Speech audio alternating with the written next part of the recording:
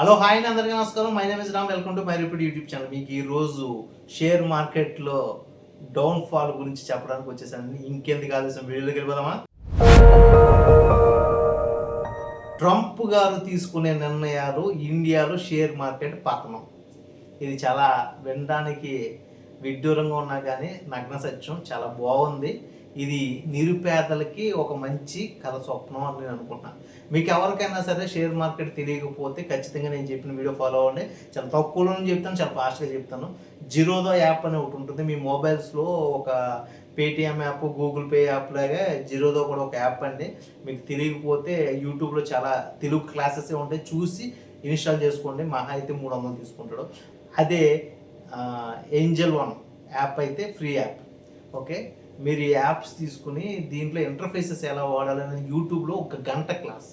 ఇప్పుడు షేర్ మార్కెట్లో డబ్బులు పెడితే మీరు ఖచ్చితంగా ప్రయోజకులు అవుతుందని చెప్పడానికి ఇదే మంచి తరుణం అండి. ఇది ఎందుకు చెప్తున్నాను అంటే, షేర్ మార్కెట్ ఈరోజు చాలా గట్టిగా పతనంలోకి చేరుకుంది. ఇదే మంచి తరుణం. ఇది ట్రంప్ గారికి మనం చేయి కొట్టవలసిన విషయం. ఎందుకంటే ట్రంప్ గారు అతను ఆవేశపూర్ణ నిర్ణయాలు తీసుకోవడం వల్ల ఇప్పుడు మన ఇండియన్ స్టాక్ మార్కెట్ చాలా భారీగా పడిందండి. ఇంతకు మించి ఇంకా పడవచ్చు. ఓకే, ఎందుకంటే దీనివల్ల ఏంటంటే యావత్ వరల్డ్ అంతా క్రైసిస్లోకి వెళ్ళబోతుంది. ఆ వెళ్ళిన తరుణంలో ఎవరికి ఏ ప్రాబ్లం ఉంటుందో తెలియదు. అటువంటి ప్రాబ్లం టైంలో మనం ట్రాన్సాక్షన్స్ ఏదైతే ఉన్నాయో, అంటే మన పెట్టుబడిదారులు అటు ఇటు ఈ ట్రాన్సాక్షన్ ఏదైతే ఉన్నాయో, ఈ ట్రాన్సాక్షన్స్ మధ్యలో మన షేర్ మార్కెట్ అయితే పడిపోయింది. ఇప్పుడు ఇందులో పెట్టుబడి పెడితే మంచి లాభాలు వస్తాయి అని చెప్పడంలో ఫస్ట్ ఫార్మా కంపెనీస్ అండి.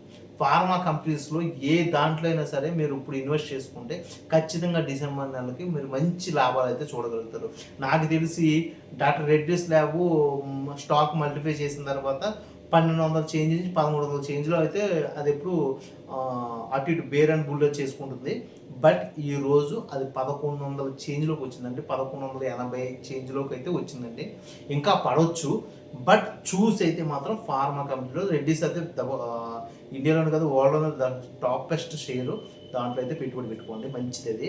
అండ్ తర్వాత దివీస్ ల్యాబ్స్ అండ్ అనుఫార్మా, అలాగే న్యూలాండ్ ల్యాబ్ కూడా 12,000లో ఉంది ఇప్పుడు షేరు. మీరు అది 10,000కి వస్తే కళ్ళు మూసుకుని పెట్టేసేయండి. 10,000 మించి పడదు. ఎందుకంటే ఆ షేరు హోల్డర్స్ చాలా తక్కువ మంది. అది యుఎస్ బేస్డ్గా అయితే పనిచేయట్లేదు. బట్ ఫార్మా కంపెనీస్ మీద విధించిన ప్రాబ్లం వల్ల దాని కూడా పడింది.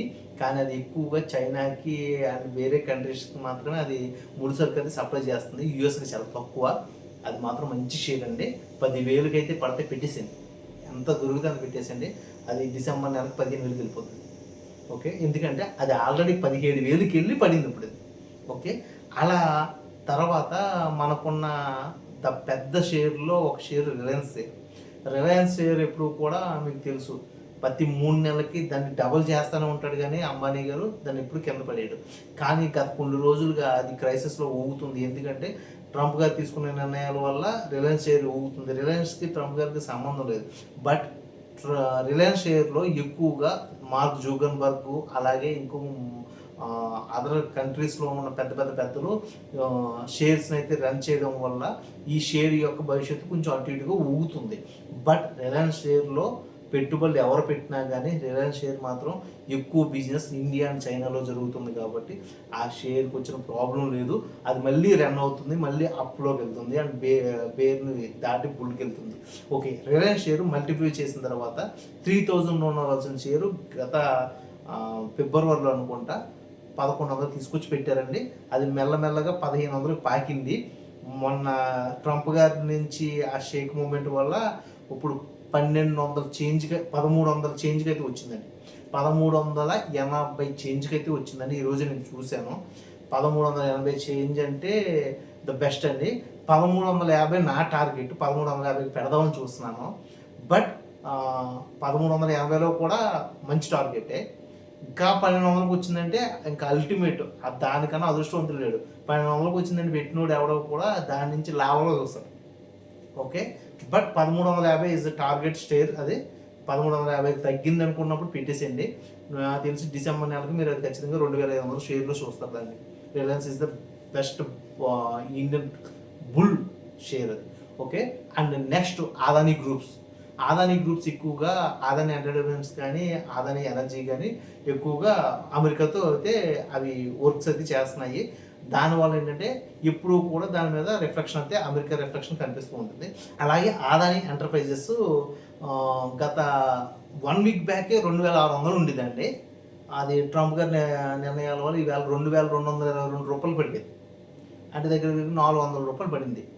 అది కూడా చాలా మంచి తరుణం. అది అసలు ఒరిజినల్గా దాని షేర్ ప్రైస్ వచ్చేసి 3000 చేంజ్. బట్ ఏంటంటే గత 1 ఇయర్ నుంచి షేర్ మార్కెట్ క్రైసిస్లో ఉండడం వల్ల అది 2600 పెట్టి ఉంచారు. బట్ ఈ ట్రంప్ గారు తీసుకున్న నిర్ణయం వల్ల 400 రూపాయలు కింద పడేశారు. అదాని పోర్ట్స్ గురించి అయితే నేను మాట్లాడతలేదు. అండ్ అదాని ఎనర్జీ కూడా అంతే 1400 ఉంది. బట్ అదాని ఎనర్జీ గురించి అయితే ఇప్పుడు వద్దండి. అది ట్రంప్ గారు దాని మీద కేసులు ఏదో రన్ అవుతున్నాయి ఎనర్జీ మీద. ఆల్రెడీ జగన్మోహన్ రెడ్డి గారికి ఏదో అదాని గ్రూప్ ఏదో ఇది అమ్మింది, కరెంట్ అమ్మింది, దాని మీద అమెరికాలో కేసు బుక్ అయింది. కాబట్టి దానివల్ల అదాని ఎనర్జీ దాని మీద మీరైతే వెళ్ళకండి. ఎప్పుడైనా ట్రంప్ కోపం వస్తే దాని ఫైల్ ముందు తీస్తాడు. కానీ ఎంటర్ప్రైజెస్ అనేది ఏంటంటే హోల్డర్స్ ఉన్నా కానీ అది ఇండియాలోనూ వేరే వేరే కంట్రీస్లో ఉంది కానీ అమెరికా మీద దాని మీద ప్రభావం లేదు. బట్ ఎంటర్ప్రైజెస్ ఏంటంటే గ్రూప్లో ఉంది కదా, నా అదాని గ్రూప్లో ఉండడం వల్ల అది పడిపోయింది. కానీ అది మంచి షేర్ అండి. 2222కి ద బెస్ట్ షేర్. నేను కొన్నాను, మీరు కొనుక్కోవచ్చు, మంచిదే. నేను కొన్నప్పుడు మా యాప్డు కొంచెం తొంటర పని చేశాడు. ఏం చేశాడంటే మార్నింగ్ నేను కొన్ని షేర్స్ కొన్నాను, అవి ఈ రోజు అమ్మేసి మళ్ళీ ఇంకో షేర్స్ కొనడం వల్ల ఏంటంటే హోల్డింగ్ని యావరేజ్ చేసుకుని వాడు ఏంటంటే 2300 కొని పెట్టాడు నన్ను. బట్ అది 2200 వస్తుంది అనుకున్నాను కానీ 2300 కొని పెట్టాడు. It's okay. 2300 కూడా నా బెస్ట్ ప్రైజ్ అని ఫీల్ అయ్యాను. అది మంచి తరుణంకి వెళ్తుంది. అయితే ఇక ఈ పక్కన పెట్టేస్తే ఇప్పుడు బ్యాంక్ సెక్టర్స్లో ఎక్కడ కూడా ముట్టుకోవద్దు. బ్యాంక్ సెక్టర్స్ ఇక్కడ సరిగ్గా లేవు. ఓకే, అవి పక్కన పెట్టేస్తే ఇంకున్నది బ్యాంక్ నిఫ్టీలు కానీ ఇండెక్స్లు కానీ ఇవి కూడా ఇప్పుడు వద్దు. ద బెస్ట్ షేర్స్ ఇవేనండి. వీటిల్లో మీరు మంచి పెట్టుబడి పెట్టుకుంటే మంచి లాభాలు డిసెంబర్ నెలలో చూస్తారు. డిసెంబర్ నెల వరకు చూడండి, సెప్టెంబర్లో చూడలేమా అంటే సెప్టెంబర్లో కూడా చూడొచ్చు, నెక్స్ట్ మంత్కి చూడొచ్చు మీరు. బట్ నేను డిసెంబర్ టార్గెట్ ఎందుకు ఇచ్చానంటే ద సేఫెస్ట్ టార్గెట్. మీరు కళ్ళు మూసుకుని పడుకున్నా కానీ డిసెంబర్ నెలకు మీ షేర్ మీకు లాభాలు చూపిస్తుంది. అదే సెప్టెంబర్ నెలకే చూపించేస్తుంది అనుకో, మీరు అదృష్టవంతుల్లో నెంబర్ 1 అదృష్టవంతులు అని ఇది చెప్పాలి. ఓకే, మీరైతే ఫోకస్ చేయవలసిన shares Reliance, Adani groups and pharma companies.